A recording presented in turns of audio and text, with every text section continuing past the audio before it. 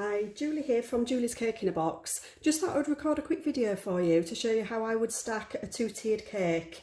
As you can see, I've got an 8-inch round cake here. I've already covered it and I've secured it to a covered 12-inch cake board. For dowels, there's several different types you can use. I'll show you a couple here. This one here is a solid plastic dowel, quite short. I used to use these when I first started.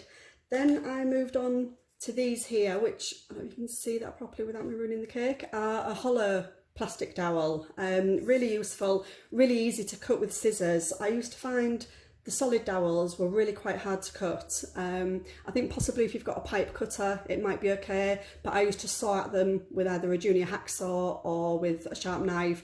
It used to take forever. I used to get bits of plastic flying everywhere. So as I say, I found these ones much easier to cut with a pair of scissors. They cut really easily.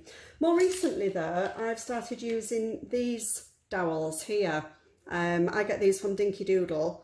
I've forgotten the name of them, typical, just as I start filming, but I will find out the name for you and I'll pop you a link in the comments. As you can see, it looks like a long plastic nail, or yeah, more like a nail. And if I hold it really close to the camera here, I don't know if you can see properly, but there are little numbers here. And then if I flip it over on the opposite side, there are numbers as well. So the way you work is, I'm going to put a 6-inch cake on top of here. So I'm just going to use 3 of these dowels. And all you do is you insert the dowel into the cake until as far as it will go down. As you can see, there's still some sticking up here, and you take a little reading from those numbers that I showed you. I'm just going to pop it out, and if I turn it over here, this is where it came out, and as you can see, this is a number 3, and it was just that line underneath the number 3 there. Let's move that out of the way, fetching my non-slip mat and a sharp knife. And all you need to do is score a couple of times. Sorry, not there where it was sticking out. Turn it over to the bottom. Just give that a wipe where the cake crumbs are.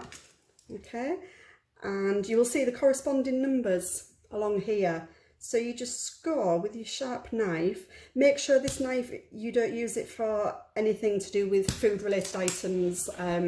Like if you was cutting paste, sugar paste to make decorations and things, don't use this knife for that. Keep a separate one for cutting non-edible products. So you can see I've just scored a couple of times across that line, and I'm just going to snap it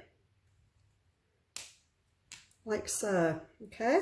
And then to make sure that all the dowels are the same, all I need to do is score along that same line for my other dowels. Hopefully I'm still in shot. Okay, so just score it across a couple of times with a sharp knife, snap, and same again for this one. So just score across, and again snap. Okay, trapped my knife, move that out of the way, and bring my cake back for you. Okay, so you can see I've already still got my hole from one dowel. So I'm going to replace that one back in, and you can see now that I've trimmed off the bottom, it sits just slightly proud of the top there, okay?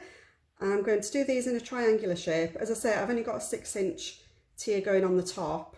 And because these have got quite a big surface area for your cake to sit on, you don't actually need to use quite so many dowels, which is brilliant.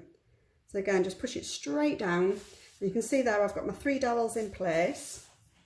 So now I'm just going to use just a little bit of royal icing that I made up yesterday for a cake, and I'm just going to spread that along the top like so, obviously making sure that you're covering those dowels because we want the cake to be really secure. Last thing you want as you're travelling along is for your cake to topple and fall. There we go, wipe that bit off, and then as I say, I've got my 6-inch cake which I've covered, which you can't see, it's just slightly off shot. I'm just going to release it from the cake board. I always use ganache plates as workboards because I find the clean much easier. And then you can see I'm just going to position that on top,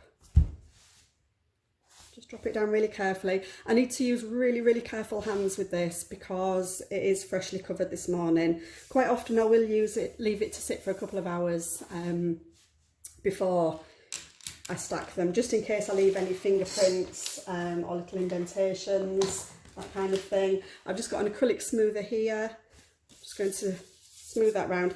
If, for example, I had it and it was a little bit off centre, like here, I don't know if you can see properly, now that it's stacked, the camera angle's a bit off.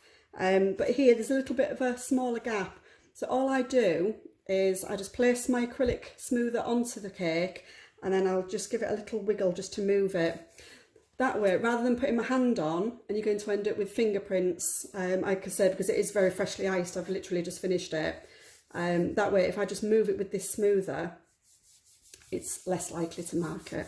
Okay, and there we have it.